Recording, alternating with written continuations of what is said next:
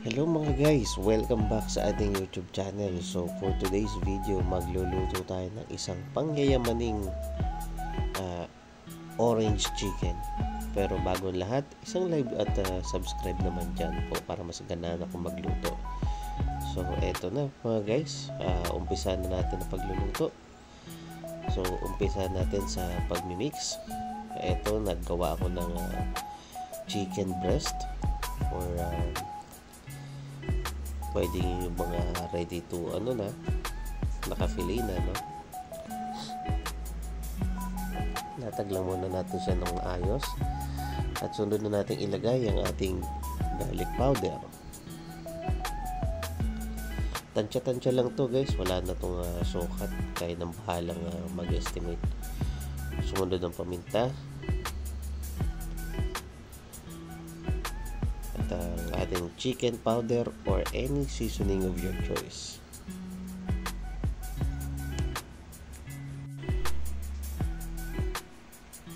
At sunod natin ang ating orange juice. Maganda sana to mga guys kung yung sariwa talaga, yung prutas na piniga nyo talaga at inalis na lang yung buto. So ayan, kaya na rin bala magtansya. At ang susunod na natin gagawin dyan ay hahaluin natin gamit ang ating mga kamay.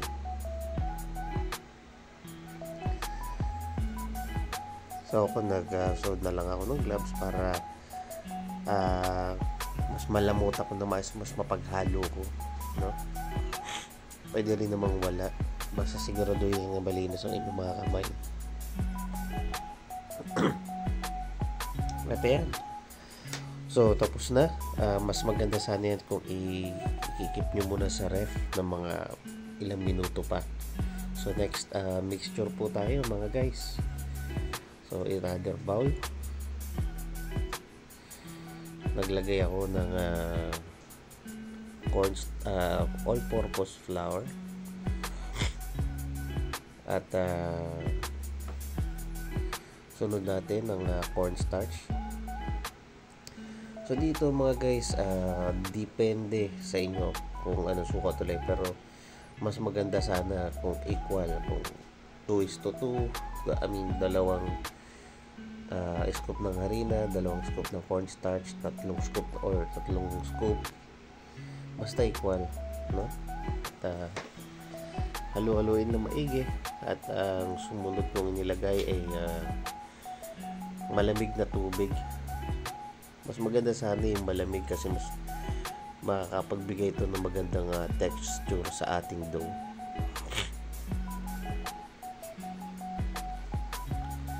So ayan, halo-haluin lang natin ng maigi hanggang sa makuha natin yung consistency na hinahanap natin.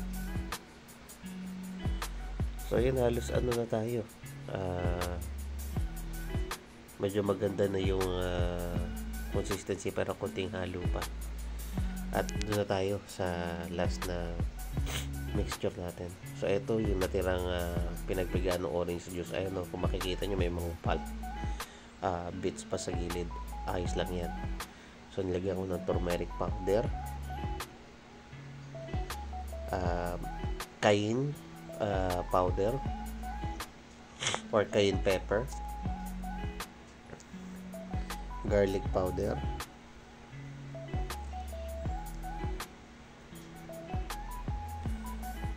at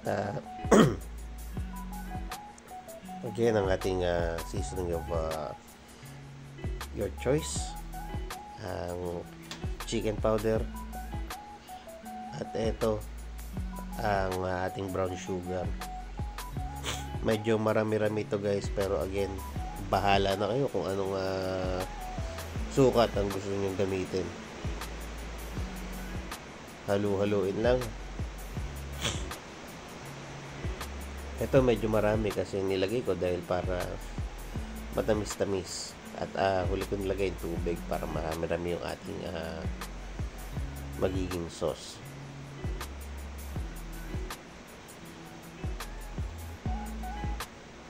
So tunawin yung ating asukal, no? At konti pa tubig para medyo mag-match dun sa dami ng chicken natin. Okay lang din naman yan kasi marami-raming asukal mo, kaya medyo mababawi niya yan. At okay na. So umpisa na natin, pwede na tayo mag-prito ng ating mga chicken. Pero bago pala yun mga guys, no, ito pala yung pinakahuling proseso na gagawin natin. Ito yung marinated chicken na ginawa natin kanina, at yung dough pinagsama na natin. Pagsasamahin na natin, pareha sila galing sa ref mga guys, no. Nung pagkatapos i-prepara kanina, kaya ayan, nailubog na natin. Totoo na to, magprito na tayo. So ito sa isang kaldero, dinip fry ko yung ating chicken na minarin natin, tsaka yung dough.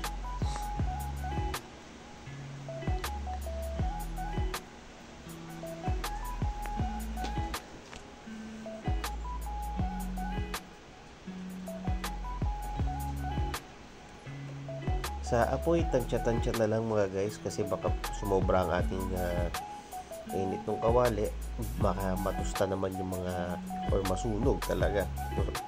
Kung toasted, medyo okay pa yan pero kung masunog, medyo hindi na magiging maganda ang lasa nun. Kaya tansya-tansya lang sa apoy, at tayo nang bahalang tumingin kung medyo masusunog na.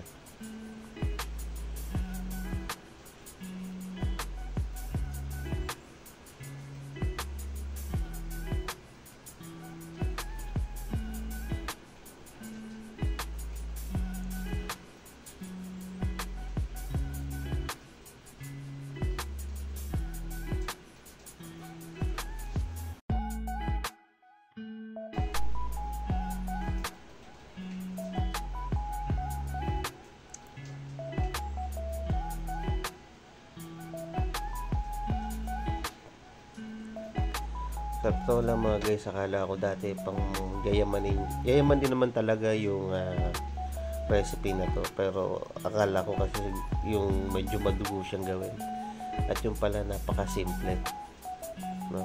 Shout out sa aming community, ang Couples for Christ. Shout out CFC.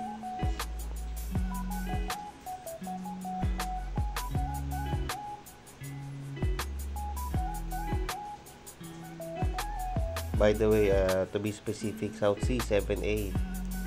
Hello po. So yun, medyo naluluto na yung ating mga manok.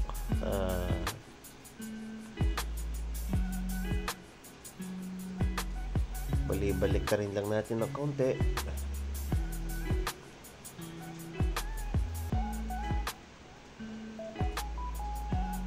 At yan, medyo okay na. Hanguin na natin yung ating first batch ng mga manok. Yung second batch, hindi ko na isasama sa video mga guys. Alam nyo na, medyo familiar naman na kayo sa pagpiprito, kahit ang inyong Papa Jobs ay hindi pa. So, ayun. Lipat na tayo sa ating paggawa ng sauce. So, assuming natapos na ang ating naiprito ko ng lahat, ano? So buksan natin yung ating kawali at ilagay natin yung ating mixture kanina. Kung maaalala niyo yung orange. So ayan, medyo may mga naiwan-iwan pang ilang piraso ng asukal. Okay lang yan kung hindi nahalo kanina, pero make sure na masasama na siya dito sa ating mixture. At halu-haluin lang natin maigi hanggang sa matunaw na dito sa kawali. Kaya medyo check ko lang tong ating manok, may mga iba nagdikit kasi from kanina nung nagpiprito, pero okay lang yan. Yan, so halu-haluin lang natin maigi. Teka, parang kulang dagdag tayo ng kaunting tubig para hindi rin naman na masayang yung asukal, no? At once na kumulo na siya, no? Medyo uminit-init pero maganda sana kung kukulo ng kaunti. Yan, lagyan natin ng kaunting water at cornstarch mixture for slurry. Yan. So, ganun din, kayo nang bahalang mahagtansya. Basta pag nakita nyo medyo lumapot na, goods na yan.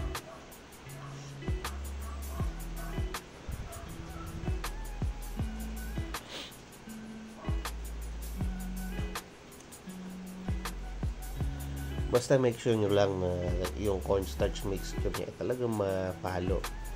Kasi tendency niyan, either malalasahan nyo yung parang starchy powder niya, yung medyo matabang-tabang na ano, or pag lumamig, hindi na ganun ka lumalabnaw na rin. So, maganda na talaga may maano mo talaga siya sa init.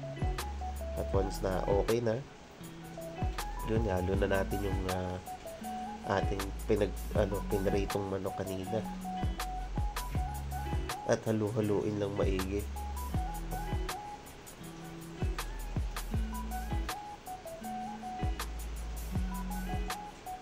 So at this point, medyo mahina na lang yung apoy natin kasi possible na manuyo siya, higupin niya lahat at magdikit-dikit sa ilalim. Medyo maganda rin kasi na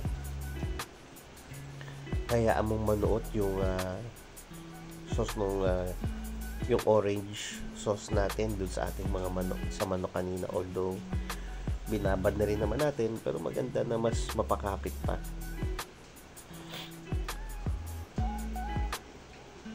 So eto, medyo iaalang muna natin ng kaunti, no, na at halu-haluin na lang siya occasionally hanggang sa makita mo yung medyo sinisip-sip niya na halos maubos, basta yun, maubos na lang yung sabaw. Halu-haluin, itos-tos ng kaunti.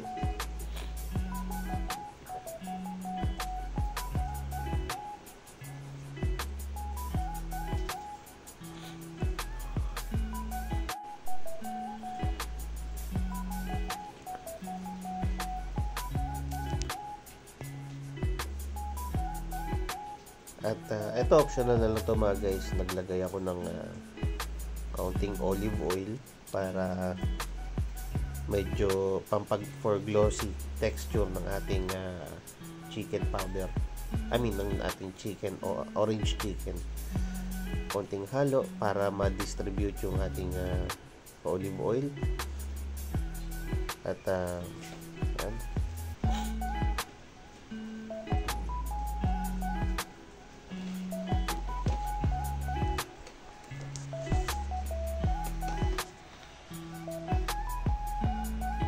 Medyo sumisip-sip na siya, kaya yun, okay na. At eto na po, ready to serve na ang ating orange chicken. So mapansin nyo guys, ayan, nilagyan ko ng konting sesame seed for dressing at hiniwang orange. So again, pa-like and subscribe naman po. Salamat and God bless.